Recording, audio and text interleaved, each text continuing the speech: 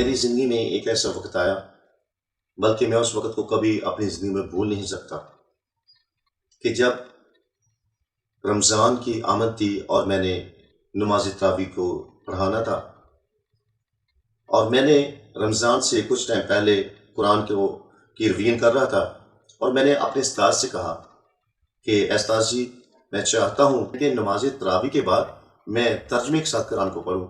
और जब ये बात हुई तो मेरे उस उस्ताद ने एक बात मुझसे कही कि नहीं बेटा, तुम कुरान को तर्जमे के साथ ना पढ़ना।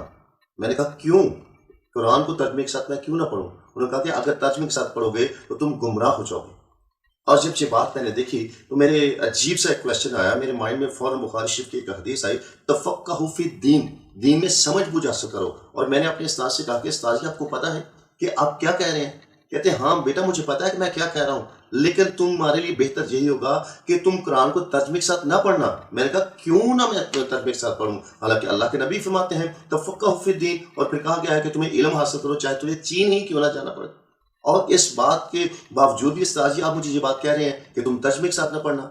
उन्होंने बिलाखिर वो अल्फाज कह ही दिए जो ना कहना चाहते थे। वो उन्होंने कहा कि अगर तुम तर्जमे के साथ पढ़ोगे तो तुम गुमराह हो जाओगे। और जब ये बात उन्होंने कही तो मेरे ज़हन में एक हलचल सी मची, एक तूफान बर्पा हुआ कि ये क्या बात है। हालांकि वाकई तौर पर अगर कुरान की स्टडी करते हैं तो वहाँ पर लिखा हुदल लिल मुत्तकीन, कि ये किताब मुत्तकी परहेज़गार लोगों के लिए है।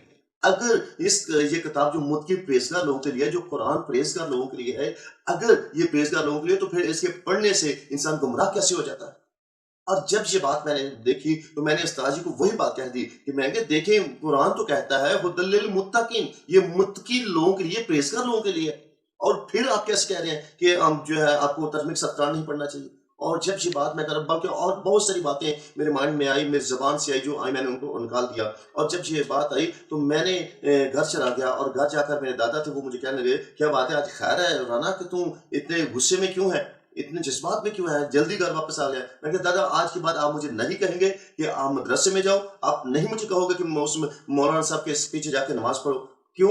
वो कहेंगे क्या वजह क्या है? मैंने कहा इसलिए कि वो कहते हैं अगर तुम कुरान को पढ़ोगे तो तुम गुमराह हो जाओगे, तर्जुमे के साथ अगर तुम पढ़ोगे। हालांकि अल्लाह के नबी तो फरमाते हैं तफक्कुह फी दीन, दीन में समझ बूझ हासिल करो। अगर दीन में हम समझ बूझ हासिल नहीं करेंगे, अगर हम तर्जुमे के साथ नहीं पढ़ेंगे, तो हमें क्या पता चलेगा कि दीन इस्लाम है क्या चीज है? और जब मैंने ये बात कही है तो मौलाना साहब ने कह दिया कि तुम अगर पढ़ोगे तो गुमराह हो जाओगे। ये कैसी बात है? हालांकि यही किताब कहा जाता है कि ये तो मुत्तकी और परहेज़गार और नसीहत लोगों के लिए नसीहत हमेश है। तो फिर ये कैसी बात हो गई? जब ये बात हुई तो मेरे दादा ने मुझसे कहा कि बेटा तुम परेशान ना हो, मैं तुम्हारे लिए अरेंज करूंगा। वो थोड़े से हंसे भी, वो कहने लगे कि ये मौलाना जो है ना, ये शायद तुम्हारे क्वेश्चन का आंसर ना दे सके। मैंने कहा क्यों? अगर ये मेरे क्वेश्चन का आंसर नहीं दे सकते हैं तो फिर ये हम बैठे क्यों हैं? इसलिए कि इनका हक बनता है कि ये हमें बताएं, दीन की बाबत बताएं। और अल्लाह के नबी फरमाते हैं इल्म हासिल करो तो खा तुम्हें चीन जाना पड़े। उस वक्त देखा जाए अरब और चाइना का जो सफर है वो बहुत दुश्वार किस्म का था। तो उस वक्त भी अल्लाह के नबी ने कहा कि अब वहां पर जाकर, चाहे चीन जाकर तुझे इल्म हासिल करना पड़े तो तुम करो। और यहाँ पर अब हम अपने घर में हैं, अपने लोगों में हैं, तो ये लोग हमें इल्म नहीं सिखाना चाहते, ये हमें कुरान से वाकिफियत नहीं करवाना चाहते। इसका क्या मतलब हुआ? और जब ये बात हुई तो मेरे दादा ने कहा कि आप परेशान ना हो, कि मैं आपको अरेंज कर दूंगा। और मेरे दादा ने ऐसा किया कि एक मेरे लिए उस्ताद को रखा ताकि वो मुझे टीच करे। और जब फर्स्ट डे वो आए तो उन्होंने मेरे साथ सूरह फातिहा को शेयर किया।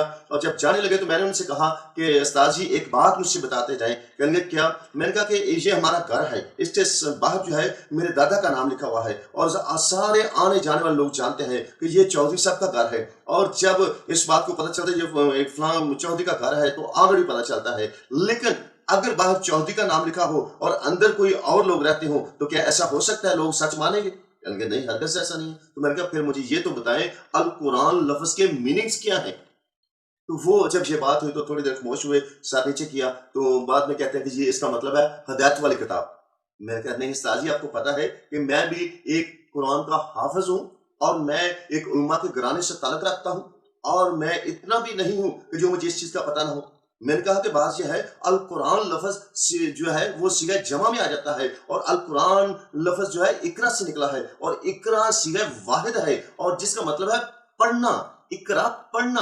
और अल कुरान लफ्ज जो है वो सीगा जमा बन जाता है, और जब सीगा जमा की बारे तर्जमा किया जाए तो वहां पर लिखा हुआ बार बार पढ़े जाने वाली किताब। और जब हम इस बात को देखते हैं तो मैंने कहा कि साजी इसका मतलब बार बार पढ़े जाने वाली किताब। تو وہ ہنس کر کہتے ہیں اچھا ٹھیک ہے، اور جاتے ہوئے میرے دادا جی کو کہتے ہیں کہ چودھری صاحب جو پڑھا ہے اس کو ہم پڑھا نہیں سکتے۔ یعنی کیا مطلب؟ یعنی اپنے پوتے سے پوچھ لیں۔ جب وہ چلے گئے تو دادا جی میرے پاس ہے، وہ مجھے کہتے ہیں رانا کیا بات ہے، اس کو بگا دیا ہے؟ میں دادا جی میں نے تو کچھ نہیں کہا، میں تو صرف ان سے پوچھا تھا القرآن لفظ کا مطلب کیا ہے، اور انہوں نے مجھے اس چیز کا نہیں بتایا کہ میں کیا کروں، اور میں نے ان کو بتایا کہ القرآن لفظ کا مطلب بار بار پڑھنا۔ تو وہ پھر ہنسنا شروع ہو گئے، وہ کہتے ہیں کہ لگتا ہے یہ تمام علماء جو ہے نا یہ تمہارے سوالوں کا جواب نہیں دے پائیں گے۔ تو میں نے کہا دادا پھر یہ بات یاد رکھیں کہ مجھے اس کلام کو جاننا ہے، مجھے دین اسلام کو جاننا ہے، اور جب تک میں نہیں جانوں گا مجھے سکون نہیں آئے گا۔ اور یہی بات ہوئی کہ جب ایسی بات ہوئی تو میں نے نماز تراویح پڑھانے کی بجائے میں نے اعتکاف بیٹھنا منظور کیا، اس لیے کہ میں قرآن کو ترجمے کے ساتھ پڑھوں گا اور مجھے پتہ چلے گا کہ قرآن میں ایسی کون سی بات ہے جو انسان کو گمراہ کر دیتی ہے۔ اور عزیزو میں نے اسی وجہ سے قرآن کو پھر ترجمے کے ساتھ پڑھنا شروع کیا تاکہ مجھے پتہ چلے کہ اس میں کون سی ایسی بات ہے جو ہمیں جو ہے مرتد کر دیتی ہے، جو ہمیں اسلام سے خارج کر دیتی ہے، جو ہمیں گمراہ کر دیتی ہے۔ اسلام کے لحاظ سے تو گمراہ کہہ جاتے ہیں، لیکن میں آپ کو یہاں بتانا چاہتا ہوں جب میں قرآن کو ترتیب کے ساتھ پڑھنا شروع ہوا تو مجھے پتہ چلا کہ وہاں سورہ بقرہ میں واضح طور پر لکھا ہوا ہے کہ سم بکم عمی فاہم لا یرجعون، کہ وہ گونگے ہیں، بہرے ہیں، بولے ہیں جو سنتے نہیں، جو دیکھتے ہیں اور دیکھتے نہیں ہیں۔ اور یہ ایسا کہ میں دیکھ کر حیران ہو گیا کہ یہ کن لوگوں کے بابت کہا گیا ہے۔ اور یقیناً جب میں نے تھوڑا سا آگے پڑھا اور پھر جب سورہ آل عمران اور اس کی 55 ورس کو میں اسٹڈی کر رہا تھا، واضح طور پر وہاں لکھا ہوا ہے فَاتَّقُوا اللَّهَ فَاعْبُدُوهُ هَٰذَا صِرَاطٌ مُسْتَقِيمٌ، کہ تم خدا سے ڈرو اور میرا حکم مانو اور یہی سیدھا راستہ ہے۔ یہ کون فرما رہے ہیں؟ حضرت عیسیٰ المسیح فرماتے ہیں کہ تم خدا سے ڈرو اور میرا حکم مانو، ھذا صراط مستقیم، یہی سیدھا راستہ ہے۔ جب میں نے اس بات کو پڑھا تو میں پریشان ہو گیا کہ یہ کون سی ایسی بات ہے، اللہ مجھے تو سمجھ نہیں آ رہی ہے۔ ہمیں تو آج تک یہی بتایا گیا ہے کہ اللہ اور اللہ کے رسول کا سیدھا راستہ ہے، لیکن قرآن بتا رہا ہے کہ جو سیدھا راستہ ہے وہ صرف اور صرف سیدنا یسوع مسیح کا ہے۔ اور یہی بات ہوئی کہ جب میں نے تھوڑا سا آگے پڑھا تو اس 55 ورس میں لکھا ہوا ہے نتبعوک فوق الذین کفروا الی یوم القیامہ، ایسا مسیح تیرے ماننے والوں کو غلبہ عطا کروں گا کافروں پر تا قیامت۔ اور جب میں نے اس ورس کو پڑھا تو میری زندگی، یقین جانا عزیزو، میری زندگی میں ایک ہلچل سی مچ گئی، میری زندگی میں ایک بنچال آ گیا، ایک طوفان برپا ہوا کہ ہائے اے حافظ، اے ندیم، تیری زندگی کہاں گزری ہے؟ قرآن تو کہتا ہے کہ جو یسوع مسیح کو نہیں مانتا، جو عیسیٰ مسیح کو نہیں مانتا وہ کافر ہے۔ تو میری زندگی میں اس قدر بے چینی آ گئی کہ میں آپ کو بتا نہیں سکتا ہوں، میرے پاس ویسے الفاظ نہیں ہے کہ میں کن الفاظوں کے ساتھ عزیزو آپ کو بتاؤں کہ جب میں نے اس قرآن کی 30 سپارہ سورۃ آل عمران اور اس کی 55 ورس کو پڑھا تو میری زندگی میں عجیب سی بے چینی آ گئی کہ ہائے ندیم، تیری زندگی کہاں گزری؟ تو نے اپنی زندگی کو کیوں ضائع کر دیا کہ تو نے ایسی زندگی بسر کر دی جو کہ ایک ایسی پرسنالٹی کی کہ منکر ہو کر تم رہا، جس کی تم مخالفت کرتا رہا، جس کے ماننے والوں کو تم مارتا رہا، جس کے ماننے والوں کو تم اسے چھینتا رہا اور ان لوگوں کو دار اسلام میں داخل کرتا رہا۔ اور جب میں نے اس بات کو دیکھا تو میری زندگی میں ایک عجیب ہلچل آئی، میں پریشان رہنا شروع ہو گیا کہ ہائے اب میں کیسے زندگی بسر کروں گا، میرے سے جو گناہ ہوئے وہ کیسے معافی ہوں گی۔ اور پھر بار بار یہ آیت میری زندگی میں آ رہی تھی نتبعوک فوق الذین کفروا الی یوم القیامہ، نتبعوک فوق الذین کفروا الی یوم القیامہ، اے عیسی مسیح تیرے ماننے والوں کو غلبہ عطا کروں گا کافروں پر تا قیامت۔ عزیزو یہ وہ آیت تھی جس نے میری زندگی کو ہلا دیا، اور اس یہ آیت ثابت کرتی ہے کہ یسوع مسیح کے ماننے والے فاتح لوگ ہیں، غالب لوگ ہیں، اس کے علاوہ اور کوئی بھی ایسا مذہب نہیں ہے، کوئی بھی ایسا دین نہیں ہے جو کہ غالب یا کہ فتح آنے والا، فتح پانے والا ہو۔